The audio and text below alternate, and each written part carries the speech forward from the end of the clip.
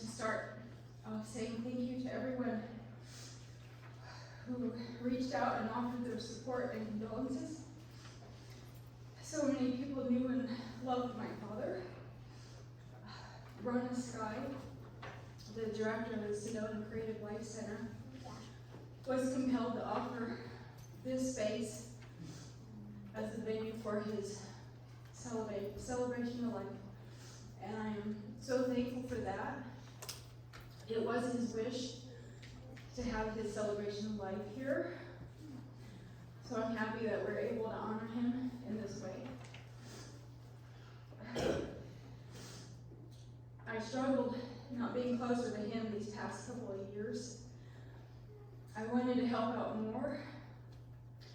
I've always wanted to be a good daughter. And because of people like Jill Trenholm, Frank Ferranti, Jason Parker, David Montgomery, and nameless others who helped, I was able to continue living my life while my dad was dealing with his illness.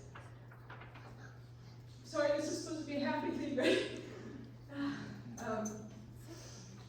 I knew people would be checking on him, so I didn't have to always feel that burden of wondering if my dad was okay. My husband in the morning would look through Facebook, and my dad would be posting again, so I knew it was okay. He was posting on Facebook, so we got another day there.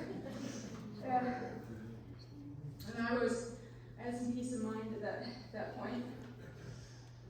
I had been trying to get more services for my dad these past couple of years, helping in his place, and he was resistant because he said he had Jill and he had Frank.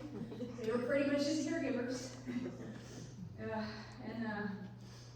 They did his laundry, they shopped for him, they took him to doctor's appointments, and they didn't ask for anything in return. I would be with my dad at Starbucks, and Jason Parker would call and he'd check on him because my dad had had a surgery or appointment, and Jason would ask how he was doing, and I'd be with him, and I knew that my dad had people who loved him and was around to check on him, and that was just such a weight off my shoulders. As I lived, I'm not far, I'm in Scottsdale, but to come to Sedona regularly, I tried. But their selflessness inspired me to give back and pay it forward. And my father was about service work and community, and I know I want to do more of that as well.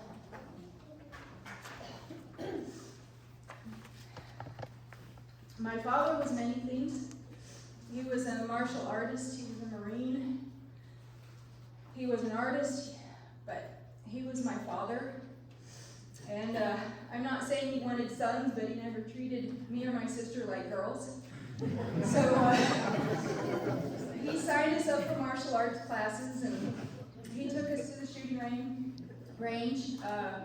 When I was older and living in Prescott, we would go to High Noon in Prescott Valley for competition shooting on Tuesdays. And he'd buy me knives, but I always chose the smaller ones that had butterflies on them, so, still a girl. He bought us motorcycles for Christmas, but I wasn't the most adept at using them. The first time I was going to get on one, he was standing by me, and I goosed the throttle, and the bike went out of my hands, but he was there to grab it. So he would do anything for his two girls, and he was very proud of us.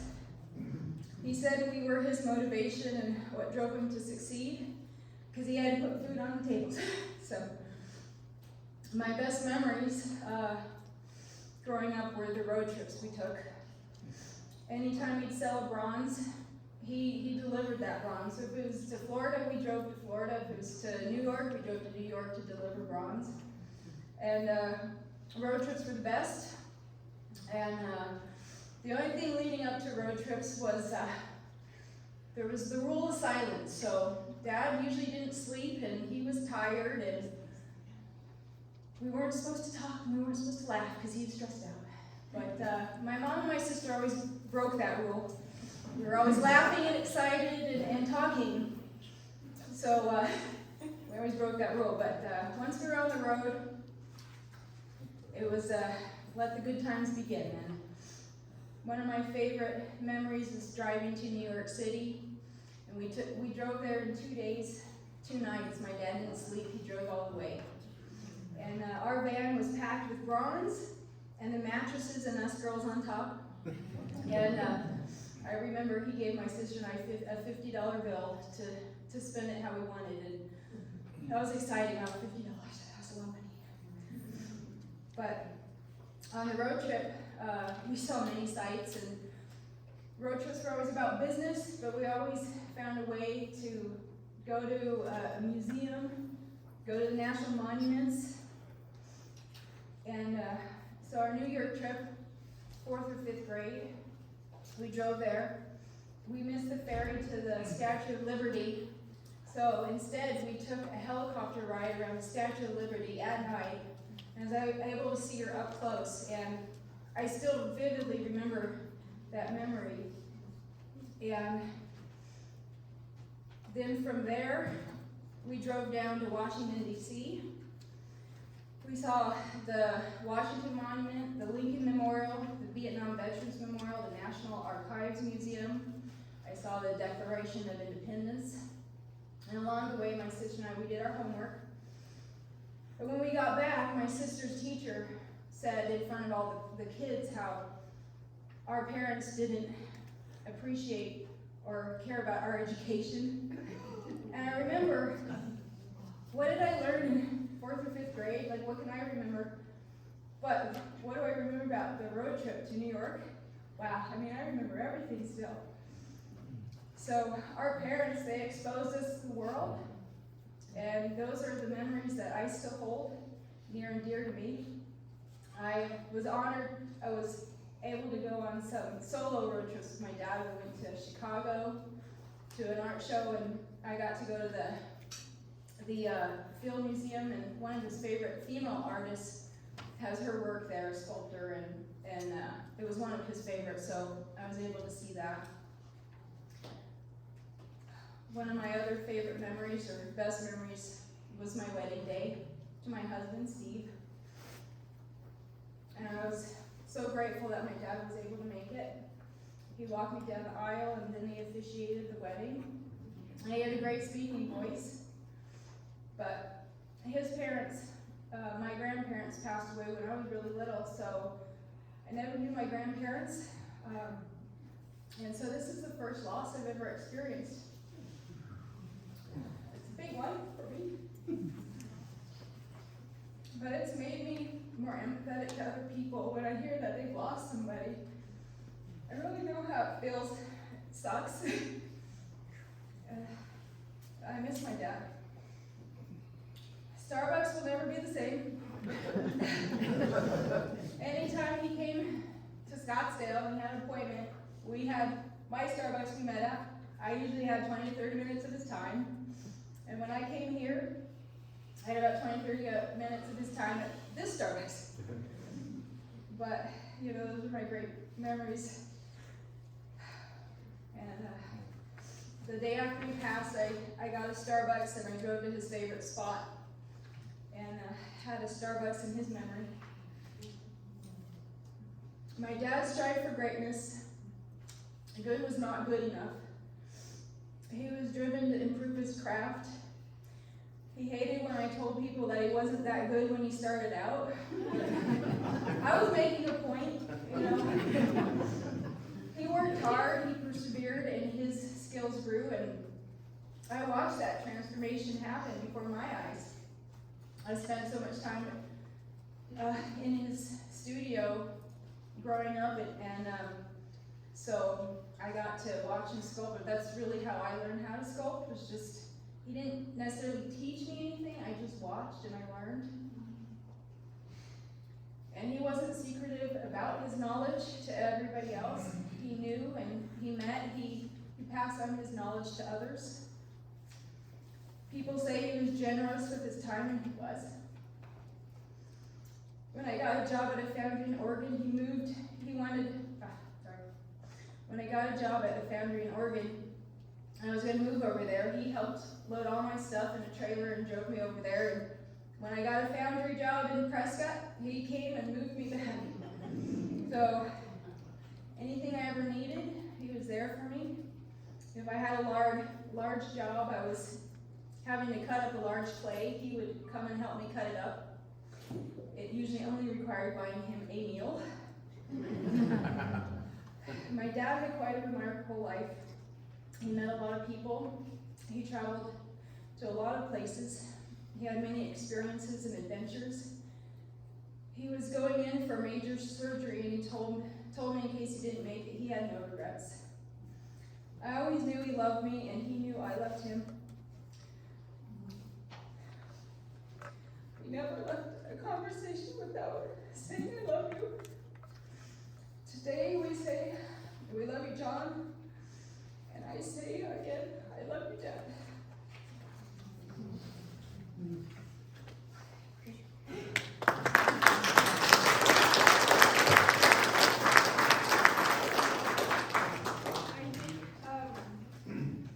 Everybody will be able to share a memory.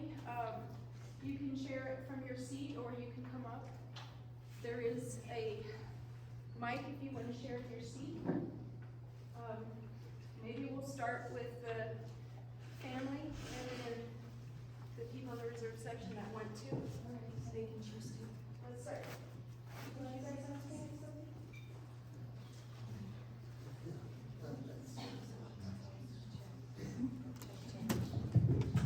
Check.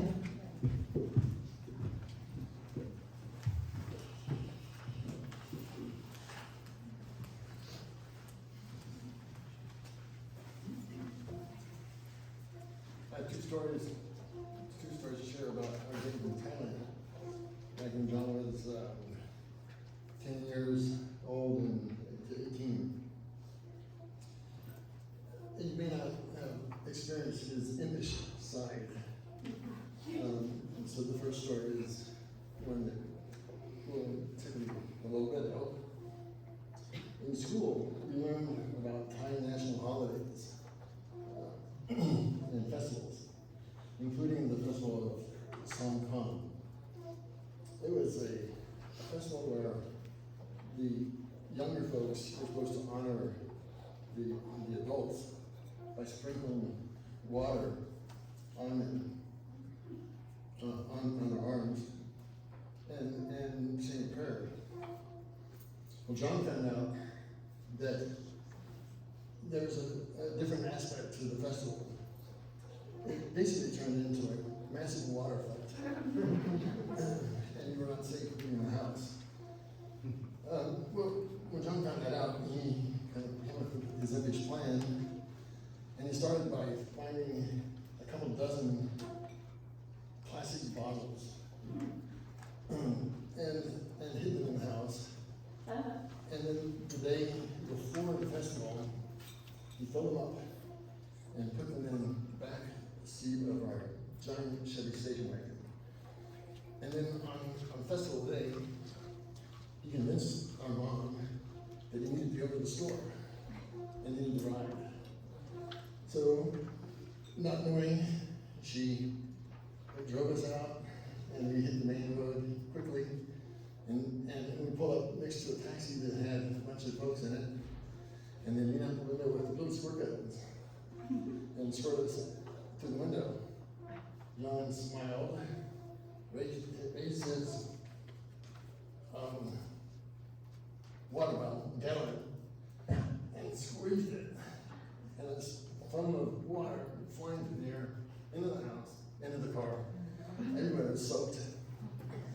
And Mom was a little perturbed, but knowing John, he convinced her that she should drive us around and squirt anybody that squirted us first.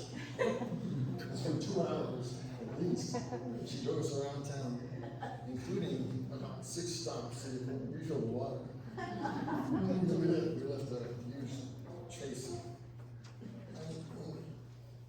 on the day. The second story is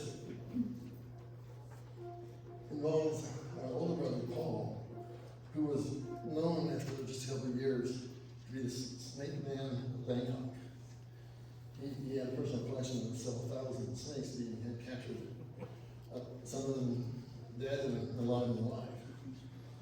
This one time, he had about a couple dozen, maybe 5 or 6 dozen, water snakes, non-poisonous snakes that he captured to do a show.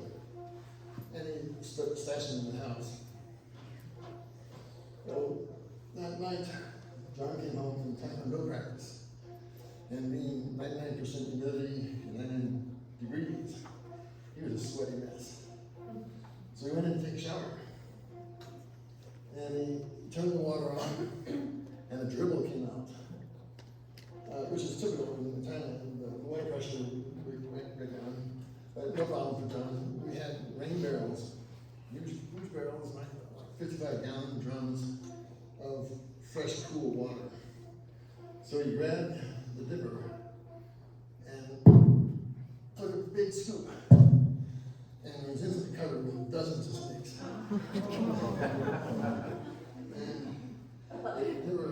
we couldn't count them all, but it took us about 2 hours to round them all up and put a random water.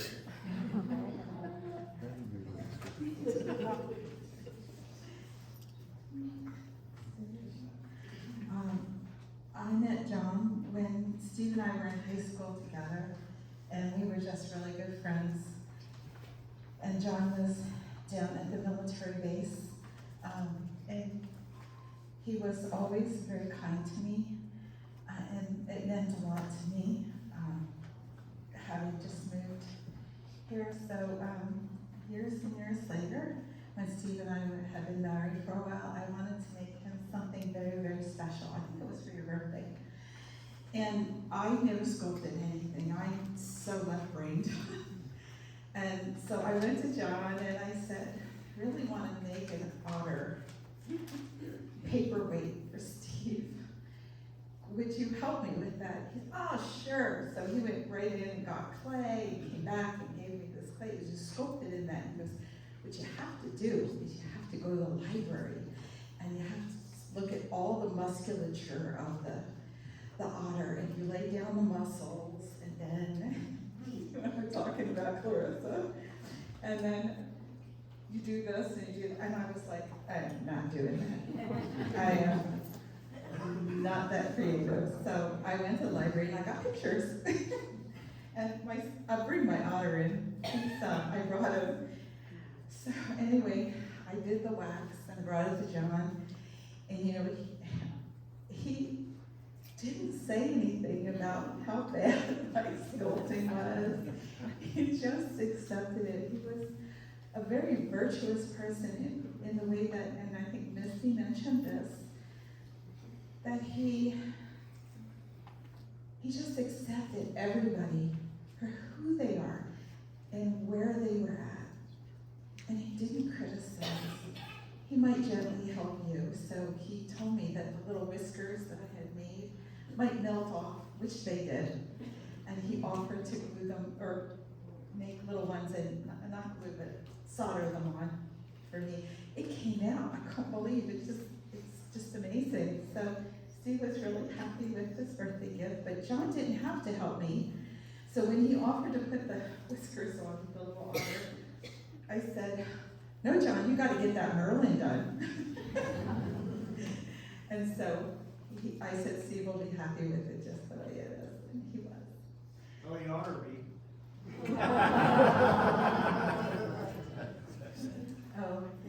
I'm sorry, I'm deaf in one ear, so I didn't hear that, but.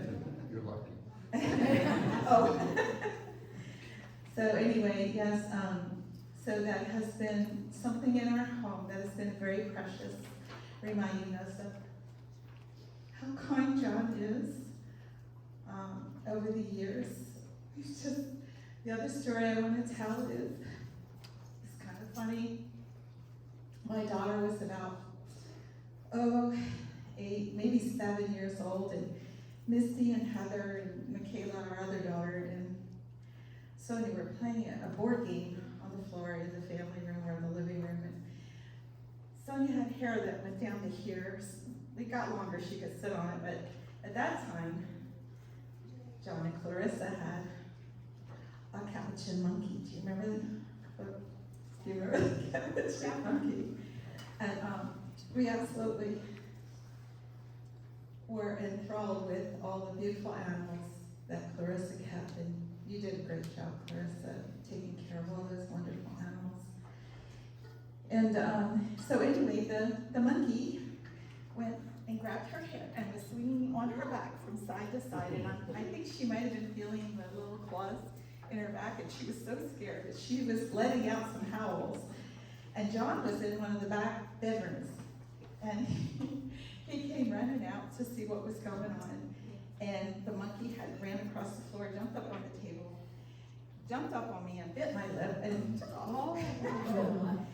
and when John came out, he challenged John, this itty bitty little monkey, challenged John. You know John, he was 6'4", 6'5", whatever, and the full beard, and the long hair, and big burly John.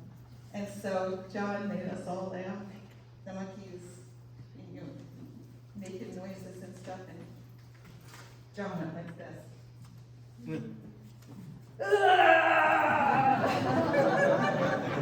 And the monkey went, and ran off. And then he stood back and went, the way he laughed is so beautiful. And that is etched in my mind forever. It's so wonderful. So he had this great sense of humor. He had this great love for Clarissa, and just, I want to tell one more story. Am I allowed to? I'll keep it short. Okay. We came up to the house, and I looked on the refrigerator, and there was a note from Clarissa that said I'd gone off to Prescott, and there was another note that said the Prescott Zoo was closing, and they were looking to get rid of a bear and a lion. And John came out, and I said, oh, Clarissa's not here. And he said, no, she went to Prescott. And he goes, would you guys stay?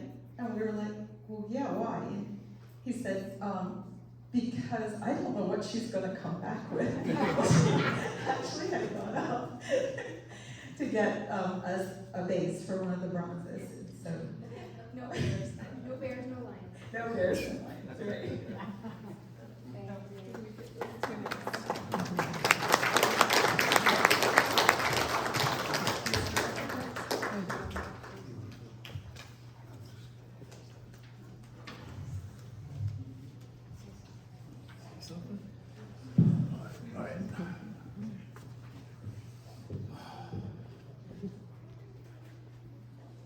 I hadn't planned on this.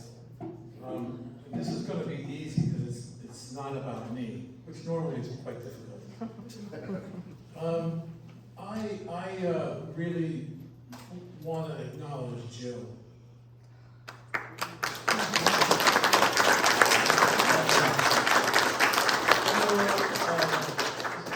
Sometimes when under adverse circumstances, it really the genuine character of people emerges, and Jill did a lot of the mundane stuff, like change his bed and just really help him that way and doing all those things. But I remember watching her cut his hair one time, and she was acutely aware that he hadn't been touched. And I noticed that when she was cutting her hair, she found a way of putting a caress in there somehow. And I remember that because I was watching this unfold, and he would close his eyes as if he went into some kind of meditative relaxation or one of those really deep exhales. And I learned what really, I hear this term unconditional love bandied about all the time, and I personally think a lot of it is bullshit. But once in a while I get a glimpse into it. And Jill, as she was such a devout student, and I remember, when I first met Jill, like a lot of her sculptures were, kind of contained. But the longer she was with John, the larger her sculptures became. And it was sort of a reflection of her inner landscape and her consciousness about herself. And the love that she had for this man, under different circumstances, would have pissed me off. But instead, it brought out my better angels, because there's nothing noble about me, but I would watch her, and something about my own heart would open up. And the other thing that what John did for me is, you know, there was sometimes it would get a little difficult. Like he'd call me up at 8:30 at night and said, "Are you near Safeway?" Because I have a real craving for Fritos. Meanwhile, I'm lying on the couch watching Ted Lasso. But what happened was he enabled me to directly engage in my own redemption, because I had a real dark side, and there was a part of my life where I was a really difficult individual. And there were people, you know, Jill asked me what I wanted for my 70th birthday. And I said, I'd like to meet the legions of angels that kept this breathing. And he enabled me to, you know, it wasn't, there's really nothing noble about me, but what he enabled me to do is to participate in my own redemption by being of service to him. Because I know what it was like. I know what it was like to, you know, to be in that level of suffering in my own way. And but Jill really, in my opinion, her love for him kept him alive for 2 years, in my opinion. And I know that sounds like a dramatic statement, but I really believe that to be true. There was a beautiful, and I mean this in the most honorable way, there was a beautiful love affair between these two human beings that was an indication of the best of us under the worst of circumstances. And I think that you know, that I'm just really, you know, in awe that there are human beings like that, you know. And she's cried herself to sleep almost every night, and rightfully so. I mean, why not? You know, why not? And I would really feel privileged to have been a part of his process. There were people like Jason, you know, who was this big guy, and he looks very threatening, but in reality, he's all heart, you know. He's one big left ventricle, this dude. But he looks fucking dangerous, you know. You know, and you know, John, you know, whatever situations we're in, and he was very human. You know, inadvertently brought out the best in some, you know, brought out the extraordinary in some very ordinary people, and you know, that's quite something. I think that's it. Okay.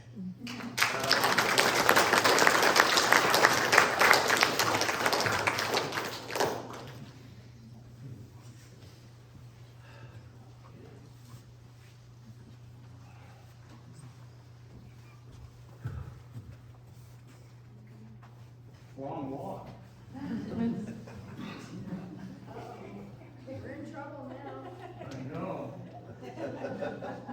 My name is Tim Ricker, for those of you who are most of you who wouldn't know me. I met John and Clarissa about 45 years ago when I bought my first piece of his from a gallery in Scottsdale, and they wouldn't sell the piece because it was to see. And they said, the artist will make you another one, and we'll be in touch, and he will deliver it. A couple of months later, I got a call from the gallery, and John came over to our house and delivered the piece. And that's, for some stupid reason, I liked him, and for an even dumber reason, he liked me. And we had a great relationship for a long time. And that relationship allowed me to be invited to his studio and home in Camp Verde on more than one occasion. And one of those occasions, I woke up, and as any of you who know John, he had rather unique hours of production. All right? So I got up, walked into the studio. He was having, I don't think it came from Starbucks or Wendy's, but he was having a cup of coffee. So I poured myself one. And he was working on a piece called Deep Water Below. I'm sure many of you know that piece. Yes. But he said, I had a dream last night. And in that dream, I've decided my next major piece is going to be a samurai warrior. We talked about it for a little while. I went out to my car and I got something many of you young people don't know what it is. It's called a checkbook. And I came back in and I wrote him a check for $300. Not to pay for the whole thing, but to be the down payment on number 1. He said, I don't know what it's going to exactly look like yet. I don't know when it'll be done. And I said, I don't care. About a year later, we unveiled my number 1 in my house. I had never seen it. He would let me if I came up, which I did. It was under a sheet. And he was working on something else. I never saw it. And so he invited people he knew, and of course I did. And we unveiled the number 1. I'm in the process of having a plaque made that'll go on the stand. And it's going to have the picture from the top of this, his date of birth, and a few other comments. Because he truly was a unique and loving human being. Every time we would come up here, my wife Robin and I would take him to lunch. And we did that for a long time. In fact, I think it was only about 4 months ago the last time we saw him. And I called him every week. So I certainly know of the trials and tribulations he had health-wise over the last couple of years. But he did it with such grace. He did it with such love back. It was never a poor me out of that man that I can remember. Thank you.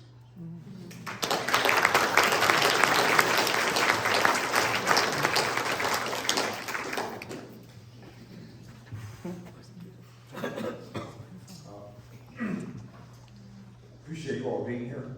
I'm going to try to maintain myself. Chuck was a very close friend, and he affected so many people's lives. And it's nice to see it and hear all the stories.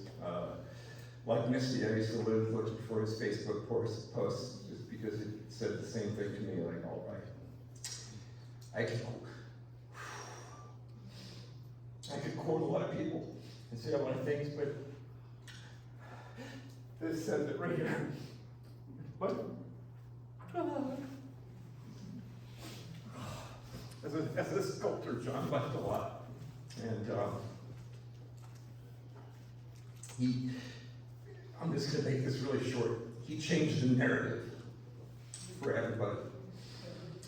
And that's all I would wish for all of you, is to be able to take this crazy world we live in and to give it a sense of purpose and to inspire other people, and by your actions, live in a way that changes the narrative. I've never met his partner and assistant in sculpting and caregivers, but like what was said, I'm just going to repeat it. You were a gift. And every time I spoke to John, he said so too. But again, thank you all for being here, because it gives me a vision of the people that he touched, and I know that it was in the thousands. As a sculptor, I can't tell you enough, John taught me how to draw marble bases and make rubber molds, and deal with things in a professional way that, again, was selfless. And I'm usually a pretty good speaker, but I lost 40 years of memories today. And there's a piece of me that's missing. And I'll celebrate him and share the gifts that he gave to me. And again, just tell him how loved he was. Clarissa and Misty, so nice to see you. I wish I could see your sister. And thank you all.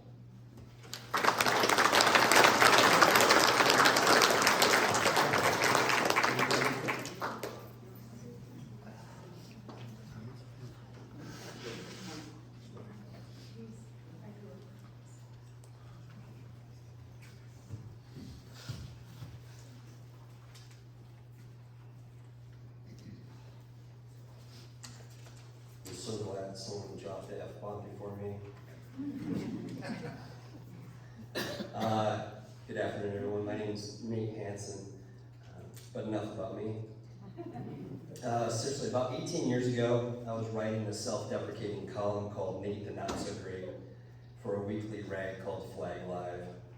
By way of this humor, I met Christopher Fox Graham and his methodical mind conspired to make one of the most lively newspaper offices on the planet, Sedona Red Rock News. Fox recognized my penchant to tell a lively story, and through his tutelage, I became one of the key individuals in the area, interviewing key individuals in the area. It was like compiling a compendium of characters, like for some Simpsons spin-off. One of the very first interviews for the newspaper was with John.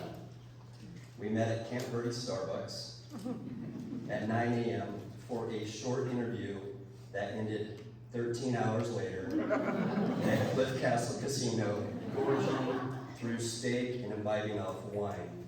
It was one of the best interviews I've ever had, spending that time with John. I watched him sculpt in his studio. I drove behind him when he had his white Harley, drinking coffee while driving a Harley in Sedona. I think I chain smoked a pack of cigarettes with him while guzzling a gallon of coffee, going back and forth to Prescott to the foundry, and we spoke over a quiet meal in an environment where everyone knew his name. We interviewed each other, and we became friends.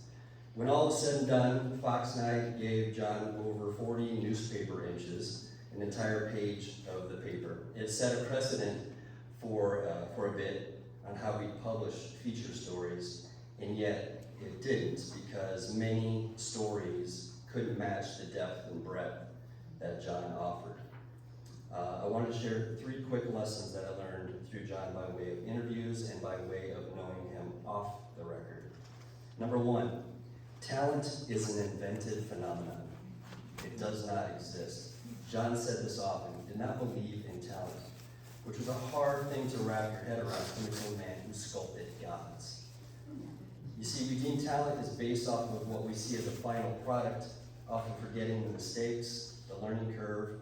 That's all the foundation for what we can achieve, but that achievement means nothing without recognition of both those trials and tribulations. And John was the last person to talk about living his best life, because he knew he just had life. And to compare the best from the worst diminishes life altogether. Number 2, selfless service isn't service without self. There was a time when John and I spent a lot of time with each other in other people's companies. We were in the same social circles, and in those circles, John and I often went round and round about self-promotion.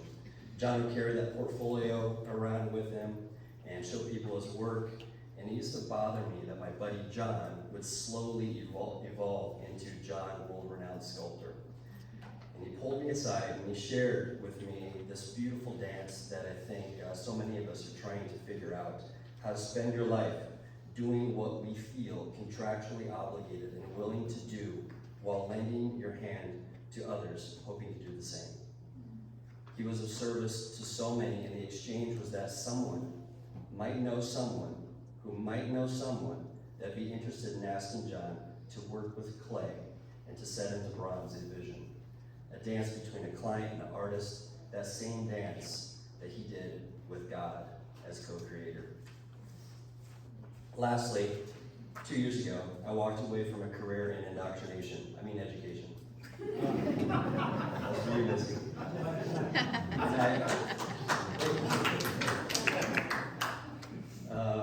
I followed a passion in art. I sought John out to learn sculpture with the intention to learn from a master, while simultaneously wanting to record all of his stories that I knew.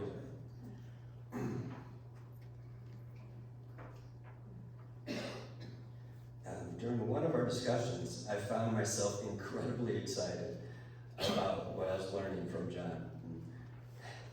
Jason was there.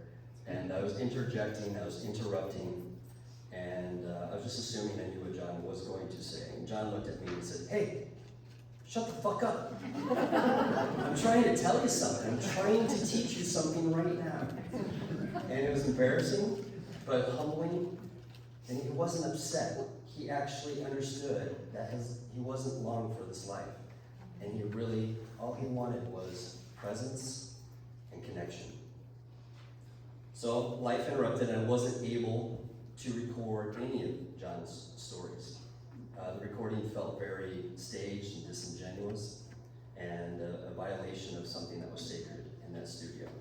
Having that said, this memorial is being recorded, so all the work that I intended to do is being done, and John doesn't have to participate, which I'm sure he'd find humor in. In the end, if John were here, which I don't doubt he is, he'd remind us that all of life is a blessing.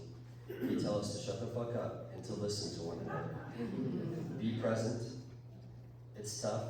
Do what you're called. But as John has also shown us, it's absolutely worth it.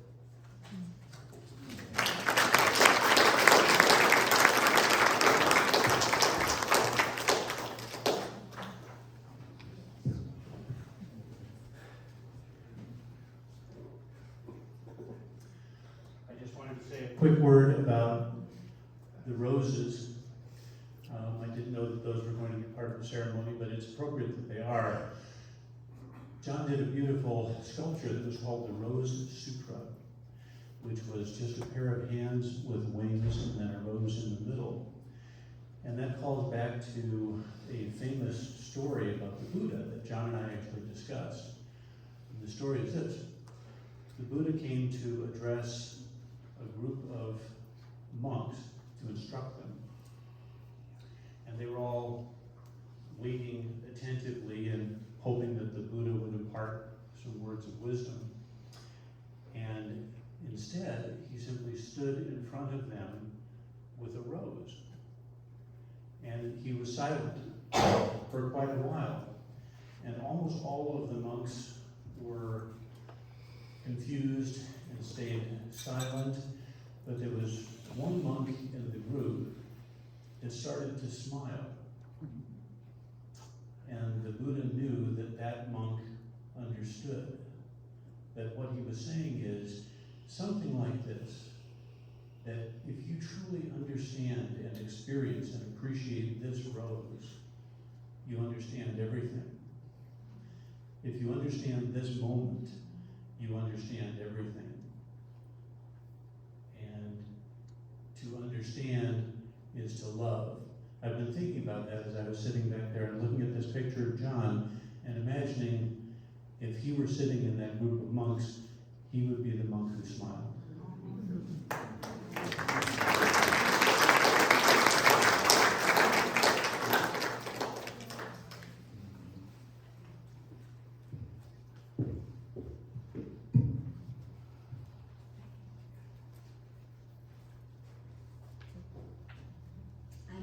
I'm from Orange County, California, and John and I were friends for over 30 years.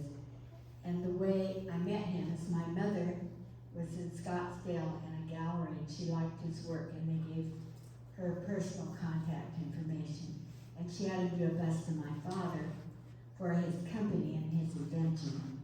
And we've seen it on this scroll through. John the man, I had him over at my house. I think my boys' sons were there, and I made pot roast because he loved pot roast.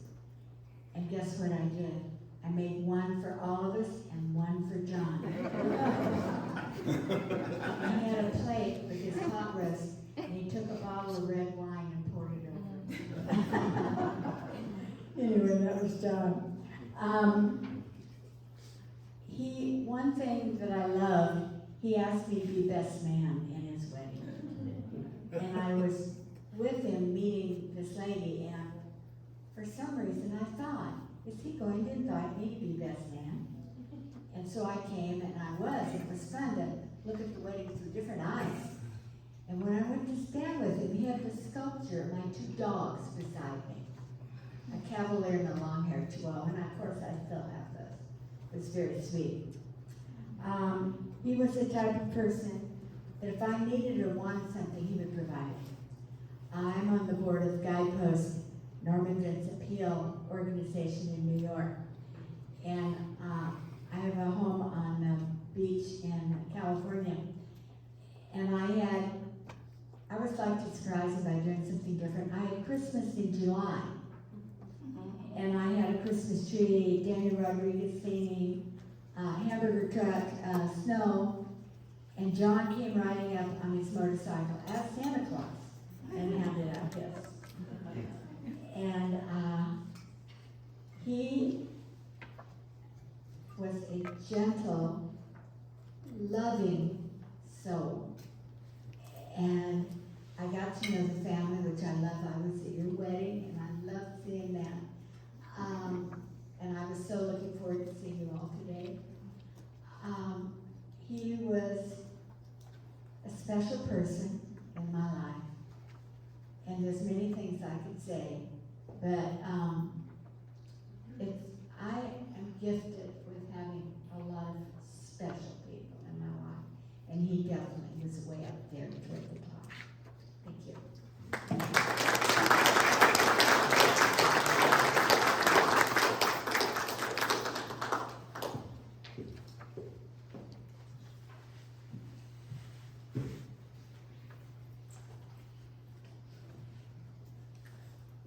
Hi. My name is Sheila Jackman, and it occurred to me today, I'm Merlin's mother. My husband and I commissioned Merlin. And it was about, in our first conversation with him, that we got to talking about magic. I'm all about magic, making it happen, loving that it is, being in front of a group like this and knowing it's magical that we're all here, and it's terrible that we're here, and it's wonderful that we're here. So we commissioned Merlin. I have no clue. Clarissa, do you know when it was? How many years ago? I have no clue. Neither does she. 35, 40 years. Yeah, it could have been 35 years ago. I really don't remember. And it was supposed to go into our living room, which at the time was very large, but it was only supposed to be the same size as John, like 6 feet, instead of 7.5 feet. So, of course, it didn't fit in the living room. And it went into our gallery, which was at the time the Soderberg gallery, where it was much better off because then everybody could see it and kids could climb up on it, and that was wonderful. Kids would get on and their mothers would, oh no, get off that thing, it's a piece of art. And my reaction was, no, it's fine. That Merlin is going to last a lot longer than we will. And who knows what will happen from that your child's experience with this sculpture. And I wish I had taken their names and could follow how it affected them. It did infect them. So the most fun story about the Merlin, and we would come in at the time we were back and forth from New York and had a home here, the one with the great big living room that just wasn't big enough. We would come in once a month, and he invited us in to see how far he'd gotten with the sculpture. And it took at least a year. It was just amazing to see the pieces and how it went together, and how he would do what he would do with some of the students. If he didn't like a piece, he'd take it off and smash it, and start over with wherever he was on it. So he shared his amazing family with us, and called us for, let's go out and have dinner at Szechuan, which wasn't Szechuan then, it was something different. Good Chinese food, and the tables had these great big lazy Susans on them. So I was there, the 2 girls were there, Clarissa was there, my daughter was there, and John takes a packet of pictures and rolls them around on the lazy Susan. I figured, okay, they were someplace, and these are family pictures. Who knew they were going to be family jewels? Family jewels. You gotta get that. So, had no clue when I opened the envelope what was going to be in them, and I took them out, and there were at least a dozen pictures of male genitals. The family jewels. This is not what I expected. We're right there. I'm not the only one who does that.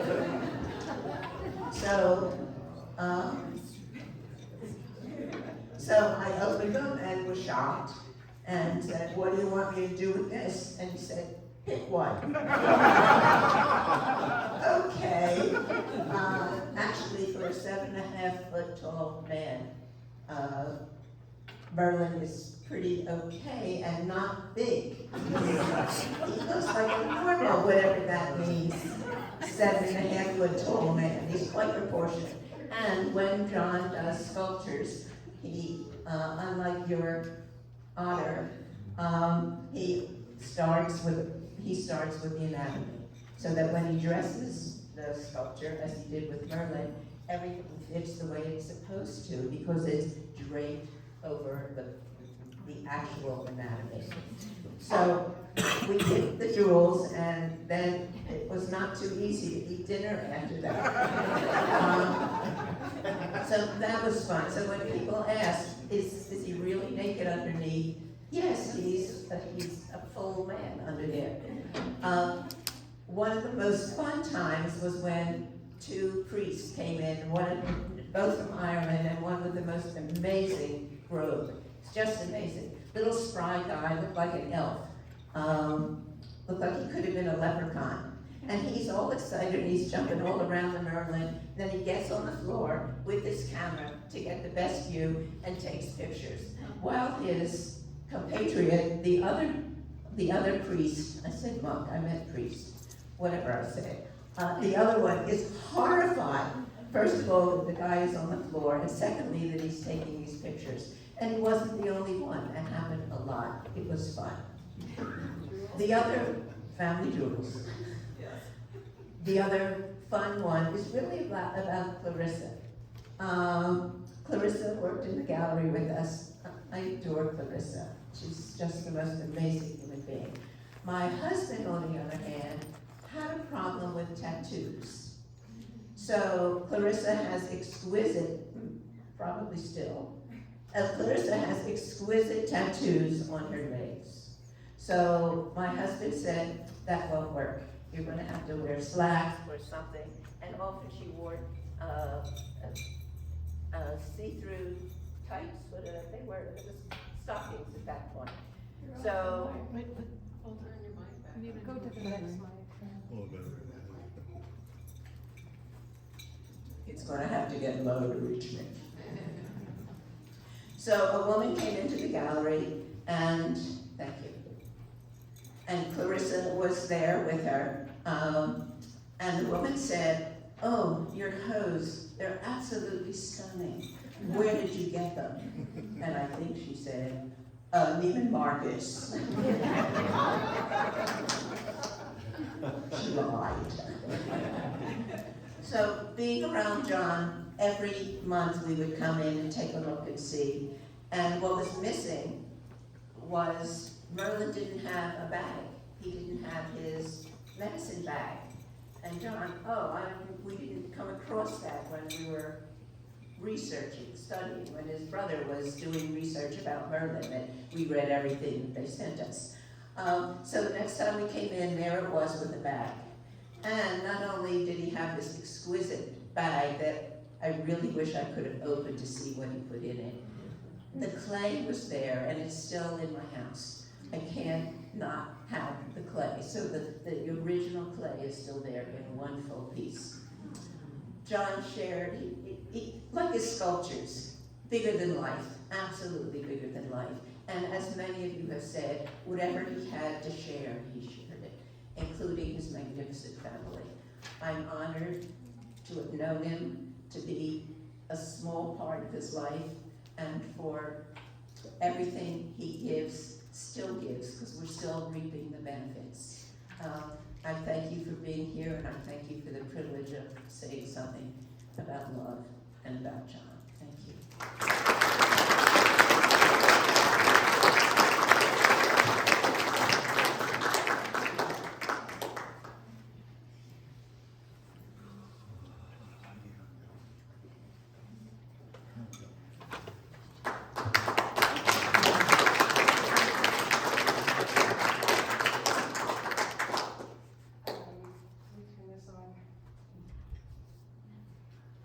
My name is Jill Trenholm, and Yes.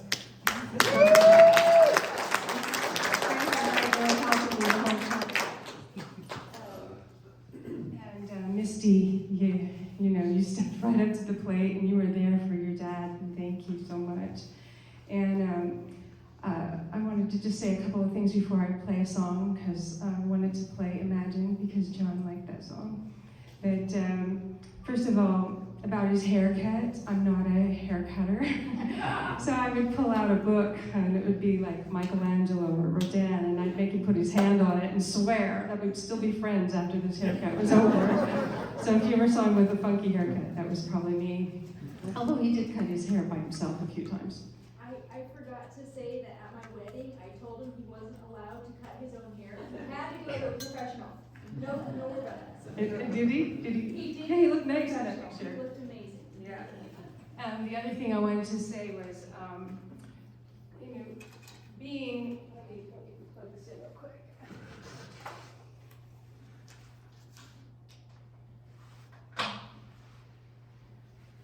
Being in his studio all the time, and Jason was there too, and several other students, he loved telling his same stories, and we would hear his stories over and over again.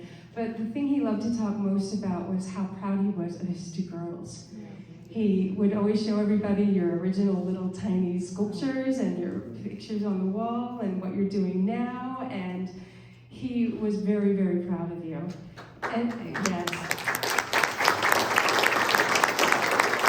And he'd tell the story of how he was doing a show, and you guys were itty-bitty, and you'd done all these things, and he let them come and sell their wares at the show, too, their sculptures. And he says that he didn't sell one thing, but you guys sold out. That's pretty cute.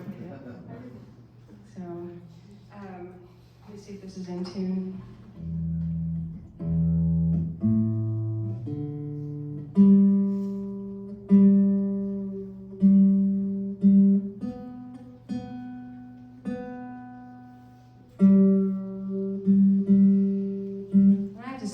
Through Starbucks the week before he left us, and he wanted me to pick him up a coffee. And he's very specific of what he wants. And so when I got through the drive-thru, the lady, the gal asked, you know, through the speaker, what would you like? I said, let me read it to you. It's kind of complicated. And when I was done, she said, oh, that's for John.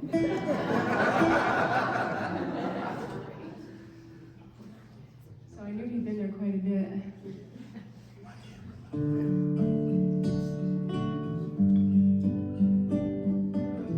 going to do my very best to get through this without crying. Imagine there's no heaven. It's easy if you try. No hell below us. Above us only sky. Imagine all the people living for today. Imagine there's no countries. It isn't hard to do. Nothing to kill or die for. No religion too. Imagine all the people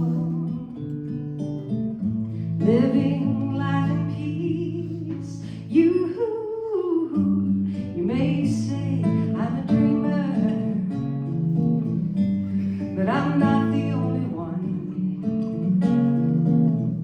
I hope someday you will join us, and the world will be as one.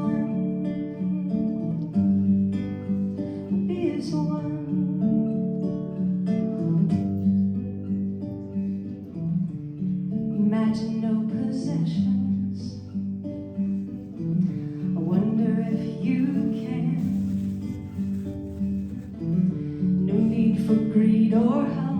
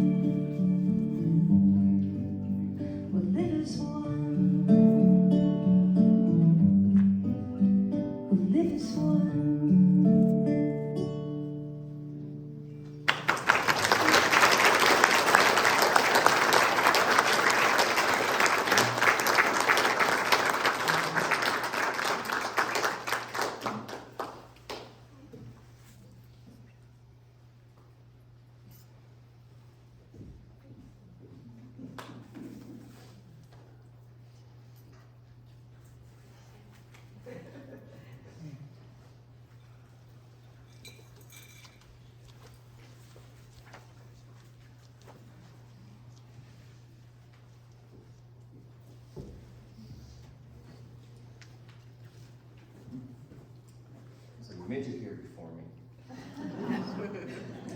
Just joking. So my name is Alex Stricker.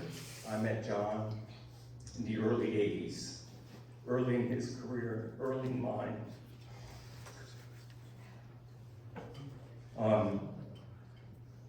Who was it that spoke about the Sermon of the Lotus piece? This gentleman, number one. That was the first, I'm a commercial photographer. That was the first piece that I photographed for John Soderberg. It was at the Stettler Gallery. Stettler Gallery in Scottsdale at the Borgata at the time. They later subsequently moved to 24th Street in Camelback. Yeah, I was so impressed with his work. Just amazing. But I was more impressed with him. You know, over the years, not only was he my client, but he became one of my dearest friends, along with his daughters and Clarissa.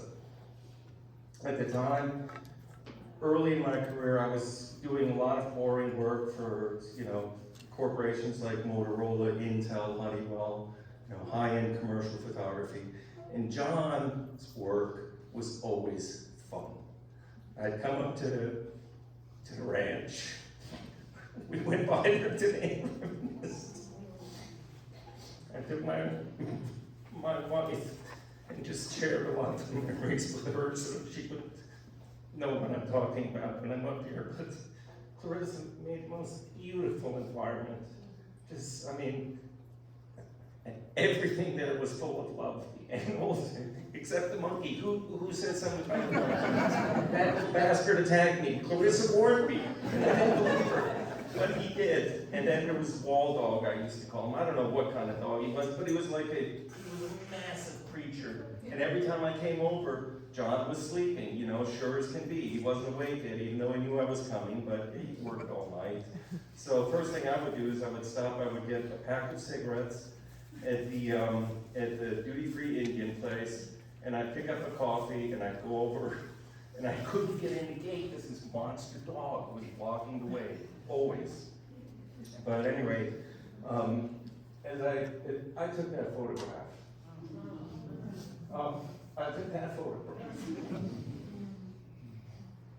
I took that photograph.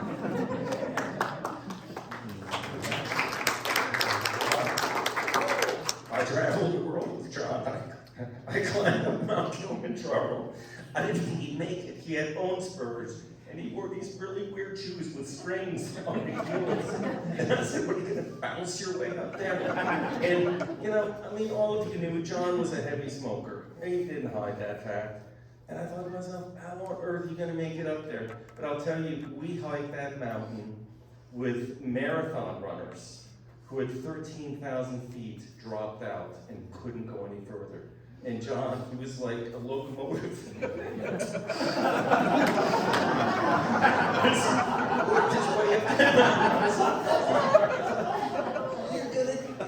You're gonna die. He should have died back then. So he was on borrowed time from that moment on. Yeah, just absolutely amazing. I was thinking about, and I own a number of John's sculptures, but and it's a beautiful thing to have in your house, but the most beautiful thing that I have of John are the memories, the relationships, and some of my best friendships are from people whom I've met through introductions through John Soderberg. 2 days before he passed away, we had an hour-long conversation on the telephone, just reminiscing about these times and old times. And the last thing he said to me was, he loved me, not as a friend, but as a brother. And I love him too, I miss him, but that's the way it is. So, at any rate, I'm sure he's, his little locomotive is blowing smoke someplace. And I hope he's having a wonderful time wherever it is, and I look forward to seeing him again. I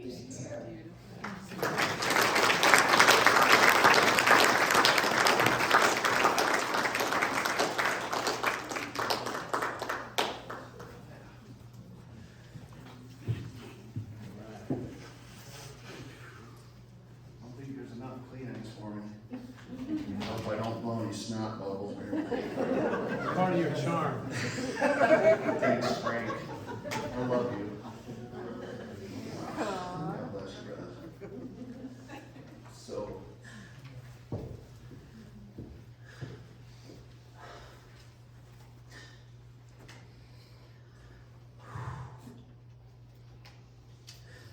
I remember a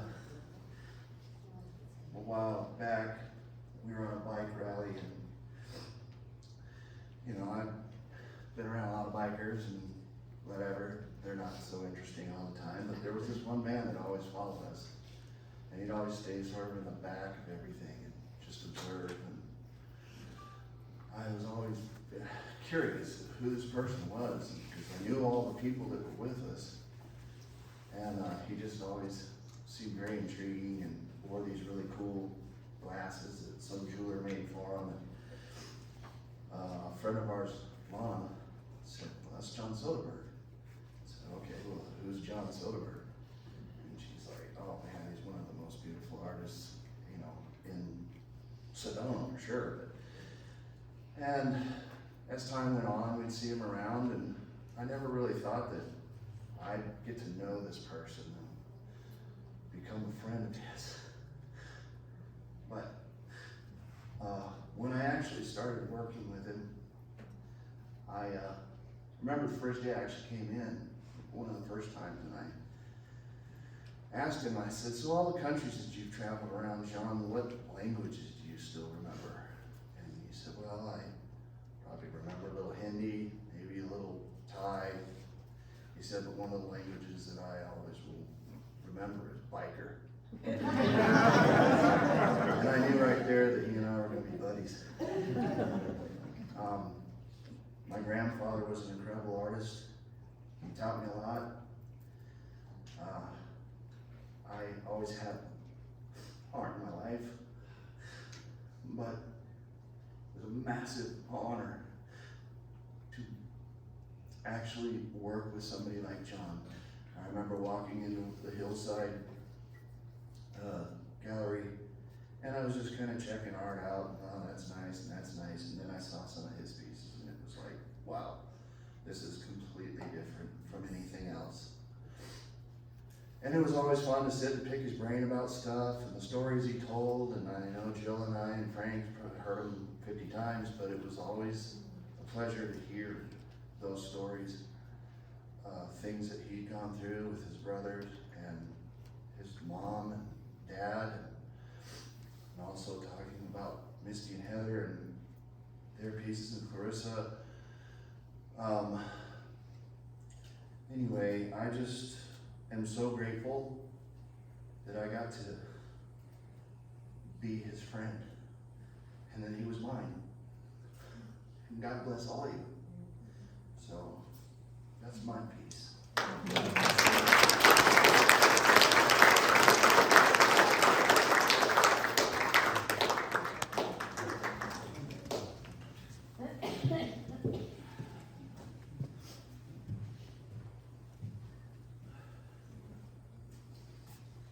Hi, I'm Jeff Miller.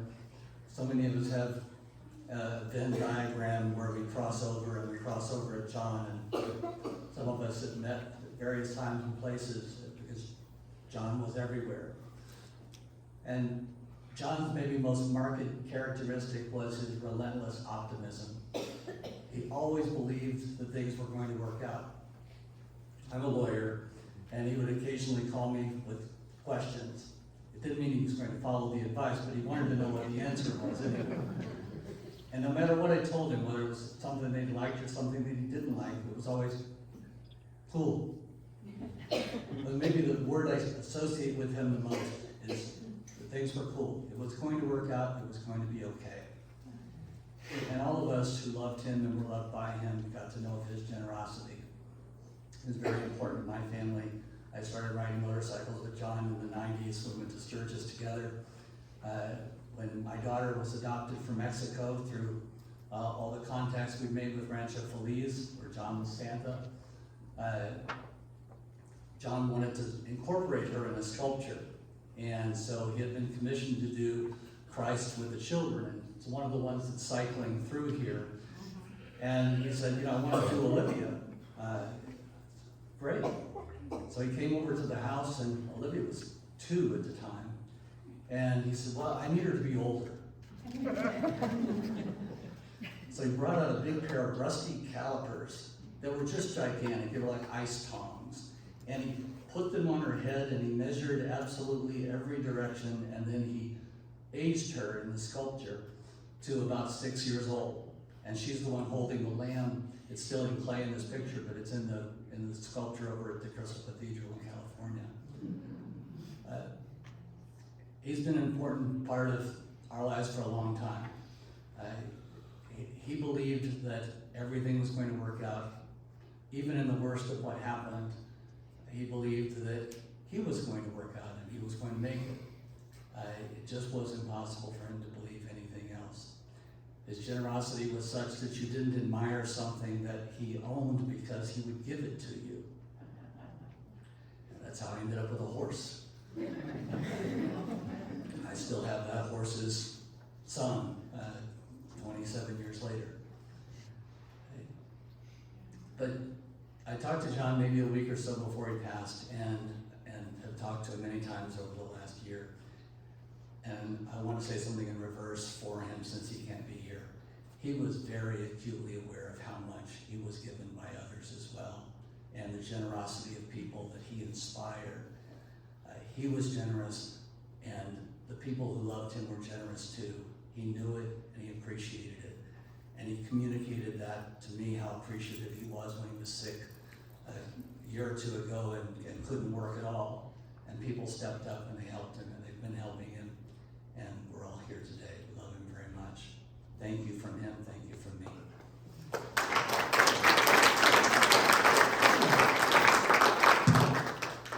Hi guys, I'm Lily. I'm his youngest daughter. Uncle John, I call him my uncle. He was definitely more of an uncle than my blood uncles. And there's not many people that I'll listen to in my life, and they'll tell me advice and I'll just go on my way. But John was definitely one of the only people. So one of my favorite memories of him was when I was younger. I was probably like 8 or 9. He taught me the lesson that what goes around comes around, and he taught me that karma's only a bitch if you are. I was like 8 or 9, and that's one of the biggest rules I follow in life now. I had to see if I could say it backward, I didn't know. And then my second favorite thing was his outfits. And I think at Misty's wedding, that's the only time I've never seen him wear shorts and a cut-off sweater vest. Even at my mom's funeral, he walked in with cargo shorts and a sweater vest and a red beret. And then the last thing is he always gave me what my dad didn't give me. So when we were out at restaurants and I wanted change for the little vending machines and my dad said no, he'd find a way to get me some quarters so that way I wouldn't upset or anything. But he was a very influential part of my life, and I loved him so.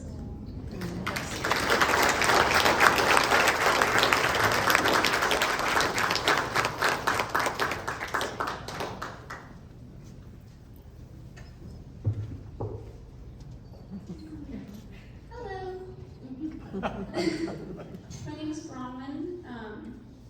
I was homeschooled my whole life, and my parents always were like super, really wanted me to pursue whatever I was interested in. And when I was about 12 or 13 years old, my mom came to me and said, "You have the opportunity to sculpt with this incredible artist named John Soderberg." And I was like, it was just incredible to have an opportunity like that, and being able to kind of be with someone that took me seriously as an artist at such a young age, and was very supportive of whatever I decided I wanted to do, and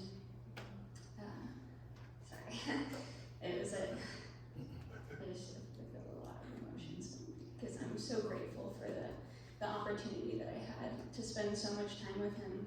I was creating a sculpture of my mother, which it's a very emotional piece for me. And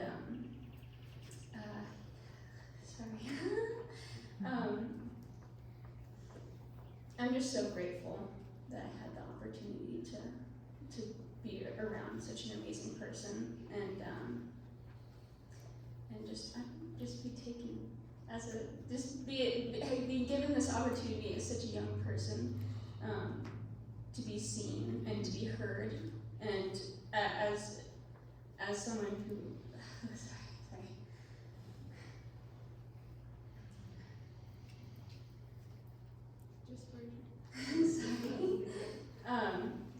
Just again, the opportunity to be around someone who just has so much gratitude and has taught me so much about just like the energy you put into the world and how it gives back to you, and I know that John will always be with us, and not only his art, but the way that he's touched so many people. And he really taught me at a very young age that what I do and how it will impact the future forever, and the way that we communicate with one another, and the way that we can communicate so much through art itself as well, and how that is going to be like something that it's sorry, this is so hard for me to talk about. I'm just grateful. I'm happy, and I feel so blessed that I got the opportunity to be taught by such an incredible artist, and that's all I have to say. I'm just grateful, and thank you so much for being an incredible person, and that's all I don't know what to say, but thank you all of you for being a part of his life, because I'm sure it was very touching.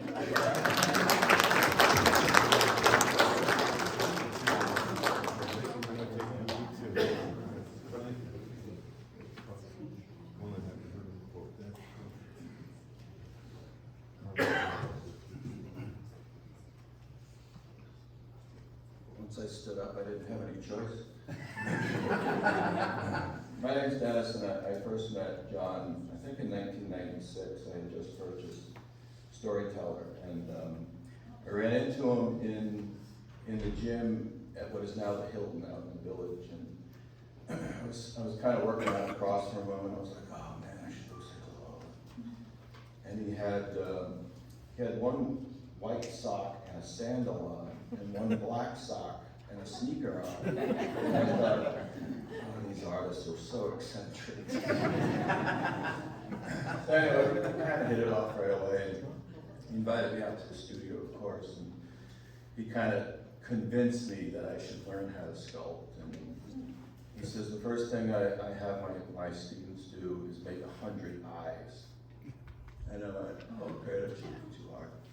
I did 2, they both sucked, and then I just got on with doing what I was going to do. And I think I probably hold the record for the longest apprenticeship before finishing a piece.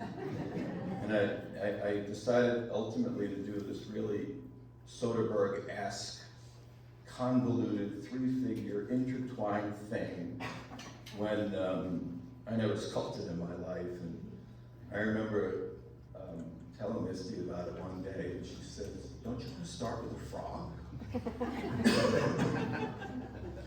But anyway, he was a very dear friend, and I owe so much to him. And we used to have these dinner parties at the house all the time, and John came over one time. There was a whole bunch of people at the house, and after dinner, I walk in the kitchen, and John's doing the dishes. And I said, John, what are you doing? You're not to do the dishes. And he said, he goes, no, I had to stand up, so I figured I'd do something. I was like, really? You don't have to do our dishes? And then I went back into the living room and I said, John Soderberg is doing my dishes. So the last time John came over to critique the piece that I'd been working on, he went to adjust a finger and it snapped off. And I said to him, I said, shit, I could have done that. Joking around, and I think he took it to heart, and I really feel bad about that last time. I joke around with him, so. But he was a wonderful person, and you know, I too got to go on one of the Rancho Feliz things, so I got to see his generosity in Santa Claus so well. And the year I went was the mud run. Came to be known as the mud run. It started pouring rain, and we had to drive like in axle-deep mud to get out of this orphanage. And it was just a lot of memories, and that's what John did. He created memories for all of us to have and cherish. I'm extremely grateful for the opportunity you gave me. Thank you.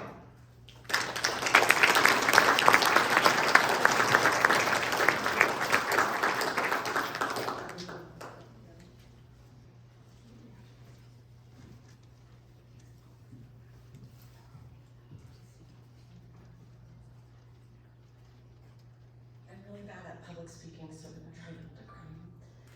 My name's Corinne. I was one of John's students. I actually came to meet him in a really convoluted way.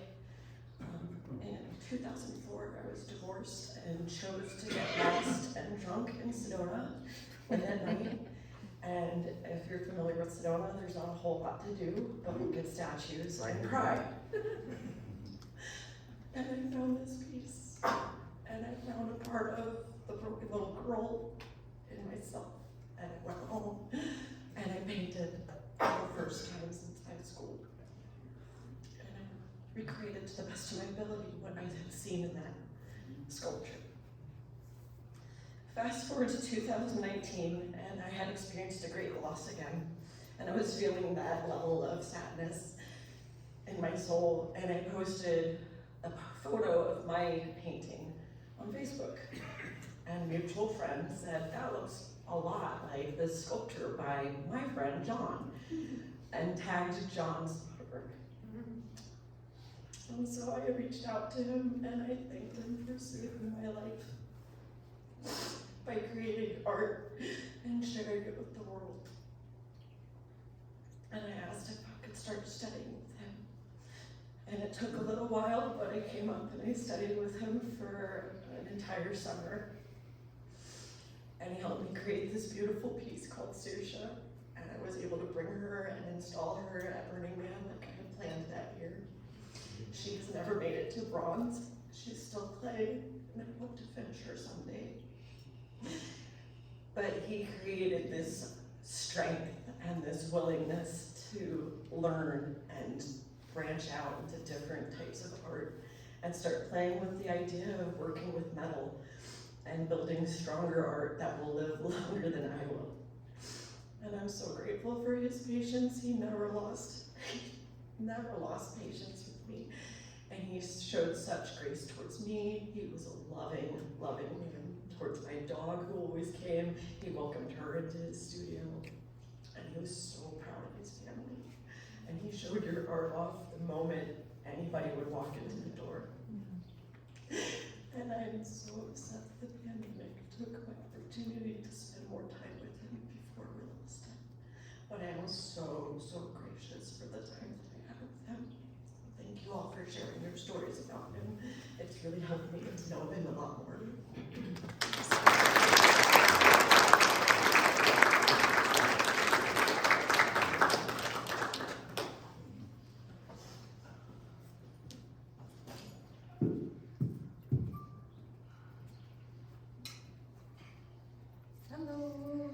I'm Donna Bonavito. I'm the manager and curator at the Wyatt Gallery, where we feature John's work. And I get to talk about John's work to people all day long. And it's amazing how many people are inspired by art. You put something out there in the world and you never know what kind of response it's gonna get. And I get to see how it changes people's lives when you put your heart and soul into your work like John did. This piece in particular, is a Perea is the journey.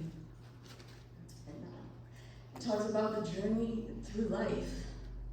You know, we start out at the bottom, and right where his friend there put the rose, he sees that as like heaven or nirvana. It's also an interesting spot in the human anatomy, right? Some people like to point out. And he always used to say that the people who are helping each other are the ones who get furthest on the path. And I believe that to be true. And I believe John to have helped so many people, and not just their journey of art and life and care, but in so many ways, because he inspires us and will continue to inspire because he made work in bronze, which lives on. And she's here to take on our pain and suffering and help us on the journey, to give us the wings to fly on, to inspire us to be better. And this piece in particular has always been part of my heart. And his friend Alex was telling me the story of a famous guy in Hollywood who did Baywatch has this sculpture in his home, and when there was a big earthquake, the staircase actually crumbled and they were underneath it, and she actually saved their lives. I mean, just amazing. And I said, "Is that story true, John? I feel like you would have told it to me." He said, "Oh yeah, that's true." I mean, there's so many stories that we're not even going to get the opportunity to hear or know, because he wasn't like someone who was on and was super boastful, although he could have been. I mean, I always start off telling people he's a living legend. I mean, not anymore, but he's a legend. He's been knighted for his humanitarian work because he helped so many children with Rancho Feliz and his efforts. It's just profoundly beautiful, and I've only had the opportunity to know him for a short amount of time, and just the stories and the magic that's created in that short amount of time, and it's going to continue to live and give, and that's the beauty of real art that's made with heart and soul. You know, not something that can ever be felt by AI. I'm like, people are talking about how wonderful and great it is, and like art with heart and soul that touches other humans and gives people the opportunity to love and grow and help each other on the path. There's nothing greater than that, and I'm so glad that he inspired all of us to be here and we'll continue. So blessings, thank you.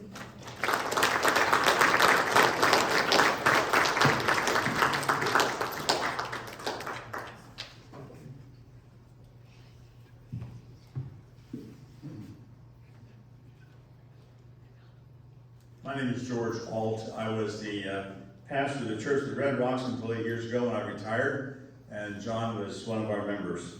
I had the opportunity to know him, not as good as some of you, but pretty well. I had dinner at his home.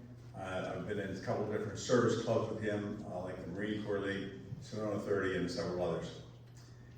I was called on Thursday night by Alicia McGall, who is the local rabbi.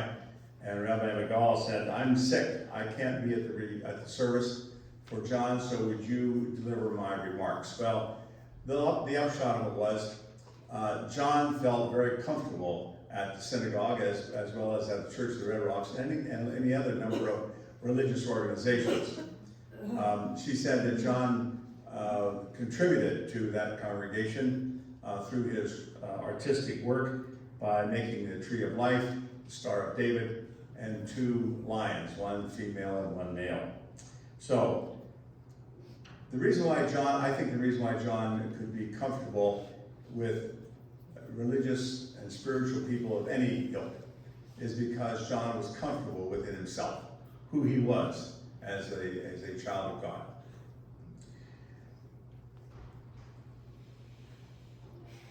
There came from God a man by the name of John. That's how the Gospel of John begins, introducing John the Baptist. Well, we had our own man of God, whose name was John also. And we have all had the privilege of knowing him. And for that, I'm very grateful. A couple of weeks ago, I saw on TV Chris Wallace interviewing Smokey Robinson. Maybe you saw that. Smokey's 83rd birthday was being celebrated, and one of the things he said was, I want to be just like Beethoven. And Chris Wallace said, what do you mean, just like Beethoven? Well, 500 years from now, I hope that people will remember my music. And I thought to myself, wow, that's John Soderberg. 500 years from now, 100 years from now, people are not going to know who John Soderberg is. But they are going to remember Merlin and Moses and Jesus the Healer, which is down at Rainbow Acres. If you haven't seen that, it's beautiful. It was shown on the screen. And the Native American going through the tall grass at the Jameson Memorial Park. All done by John. And when 500 years from now, when people see those, along with the 4 preachers that are at the Crystal Cathedral, Robert Schuller, Norman Vincent Peale, Billy Graham, and Bishop Fulton Sheen. When people see those, they're going to marvel. And then they're going to look at the bottom and say, oh, by John Soderberg. Who was John Soderberg? And then they will discover who John Soderberg was. Maybe 100, 200, maybe even 500 years from now. We got to know him here in person. Billy was in his Sunday school class, and the teacher asked the kids, they were like 5, 6-year-old kids, what is a saint? And Billy put up his hand, and after several people made, looking at their shoes, and they were looking out the window, Billy put up his hand. He said, he was thinking about this church upstairs and the stained glass windows. And he said, a saint is the one the light shines through. John Soderberg was an everyday saint. Thanks be to God for allowing us to be a part of his life.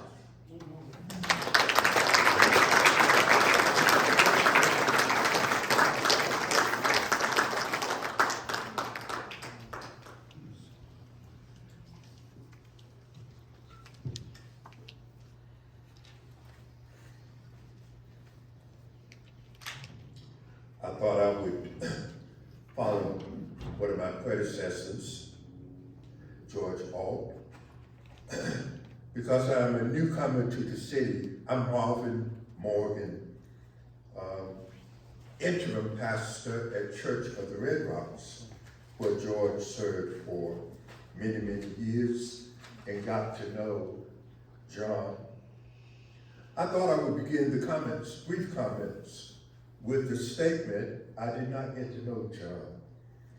But then I changed my mind, because when you have seen his artwork, when you have read part of his biographical data, and certainly when you were blessed to hear the comments that have been made here today, you've had a chance to get to know John Soderberg. What I want to share with you on behalf of the members of Church of the Red Rocks is one thing that some of you may not know.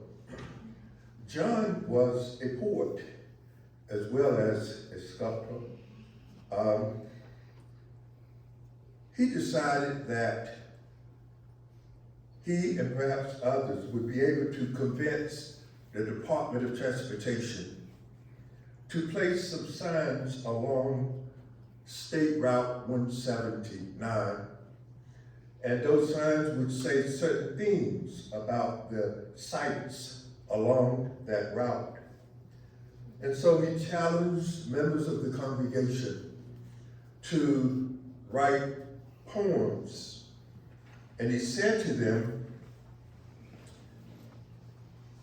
the poem should include 5 lines of verse. The 6th line would say Church of the Red Rocks. The 2nd and 3rd line should sort of rhyme with the 5th line. And then he gave them 2 examples, actually. The first example, because it is typed, I don't know if it is original with John, but the second is in his own handwriting. The place to pass on curves, you know, is only at a beauty show. Violets are blue, roses are pink, on graves of those who drive and drink. Although insured, remember, kiddo, they don't pay you, they pay your widow. And then the second example was most directly related to the challenge that he made to the congregation. He said, blessings to all from God above to answer the call and feel the love. In this timeless land beyond all clocks, we reach out our hand at Church of the Red Rocks. And I want to invite you simply to reach out your hands today, here in this gathering, as we shake hands with John, not only in this place, but at Church of the Red Rocks. And then the final comment is one that relates to what I noticed was a passion for John, is his interest and concern about modern day forms of slavery or modern day forms of oppression. It was written by the long-term president of Morehouse College, who was president at that college when Martin Luther King Jr. was a student there. And when I read the biographical data regarding John, I wondered how anyone could fit all of that stuff into one lifetime. But you know he did. And this poem is entitled, written by Benjamin E. Mays, I have only just a minute. I have only just a minute, only 60 seconds in it. Forced upon me, can't refuse it, didn't seek it, didn't choose it, but it's up to me to use it. I must suffer if I lose it, give account if I abuse it. Just a tiny little minute, but eternity is in it. I thank God for the opportunities you've had and others will have going forward to learn from the positive ways in which John spent every minute of his life. Thank you.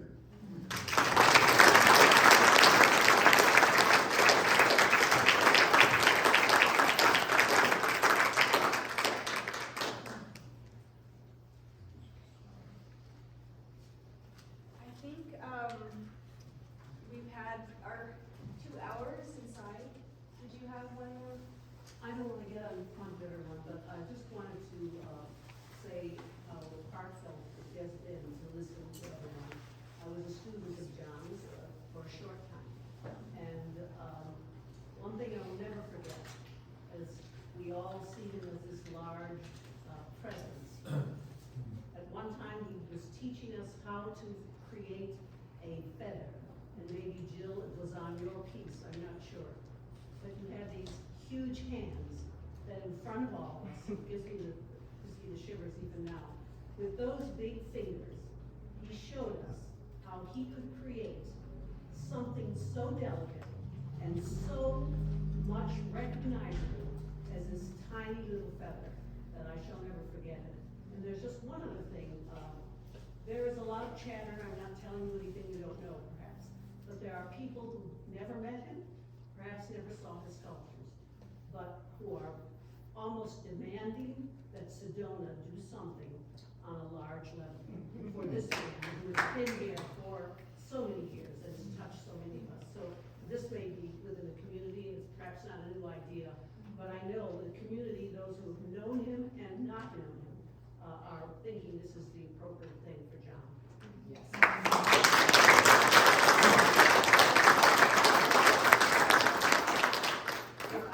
If I could just add to that, I know John has, I know your sister isn't here, and I believe she's the one doing the large eagle sculpture. And John had, always given updates on his Facebook and was posting pictures, and I know there are probably a lot of us that would love to see the outcome of that, so hopefully there's some way that we will all be able to see, when that's finished and see that. Well, thank you again, everybody, for being able to come and share today. We've honored him and his memory, and he will continue to live on through his work and his service work. So take a moment. We have an hour outside to mingle, to look at. He has several sculptures throughout the property. I believe there is one other event going on, so I don't know if there's barriers or things, but we have to be respectful of the property and the space. But please just enjoy the hour we have to meet each other, and if you have more stories to share amongst each other, and enjoy his work and the legacy he's left. So thank you again, everybody. And, Thank you.